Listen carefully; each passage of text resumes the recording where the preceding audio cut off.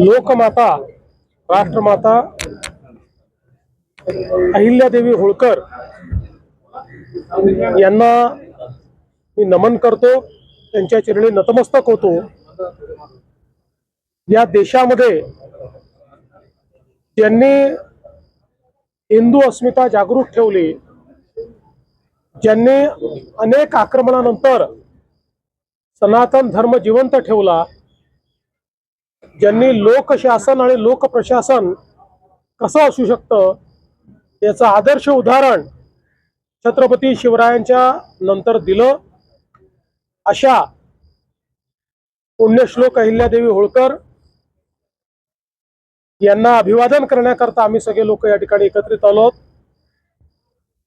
मागील वर्षी आम्ही त्यांच्या 300व्या जयंतीच्या निमित्ताने चोंडीमध्ये मंत्रिमंडळाची बैठक घेतली। महाराष्ट्रातले जेवढी शक्तीस्थळ आहेत त्यांचं पुनर्निर्माण करण्याचा निर्धार आम्ही केला आणि मला सांगताना आनंद वाटतो की जे निर्णय इथे घेतले ती सर्व कामं आम्ही सुरू केलेली आहेत आणि इथलाही विकास आराखडा हा मंजूर झालेला आहे। प्राध्यापक राम शिंदेजी यांच्या नेतृत्वात त्याच्या सर्व काही गोष्टी आम्ही पूर्ण केलेल्या आहेत। फक्त आचारसंहिता सुरू असल्यामुळे आम्हाला आज भूमिपूजन करायचं होतं, पण ते करता आलं नाही।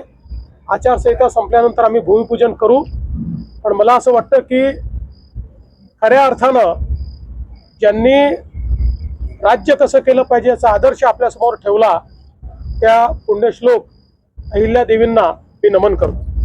जरांगे पाटील यांनी राज्य उपोषण मागे घेतलेलं आहे, कुठली आश्वासनं त्यांना आपल्याकडून दिली गेली आहेत?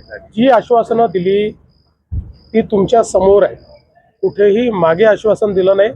त्यांनी स्वतः ती वाचून दाखवलेली आहेत, विखे पाटील प्रसाद लाड यांनी ती वाचून दाखवलेली आहेत। त्यामुळे सातत्याने मराठा समाजाला न्याय देण्याची भूमिकाच ही आमच्या शासनाची राहिलेली आहे, त्यानुसारच कारवाई केलेली आहे।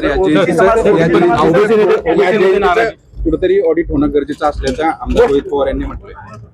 असं आहे की कशाचं ऑडिट केलं पाहिजे याचं खरं म्हणजे भान ठेवलं पाहिजे आणि इतक्या महत्त्वाच्या पर्वाला अशा पद्धतीनं राजकीय रूप देणं, राजकारण कुठे करायचं आणि कुठे करू नये याचं भान असावं, एवढाच माझा सल्ला आहे।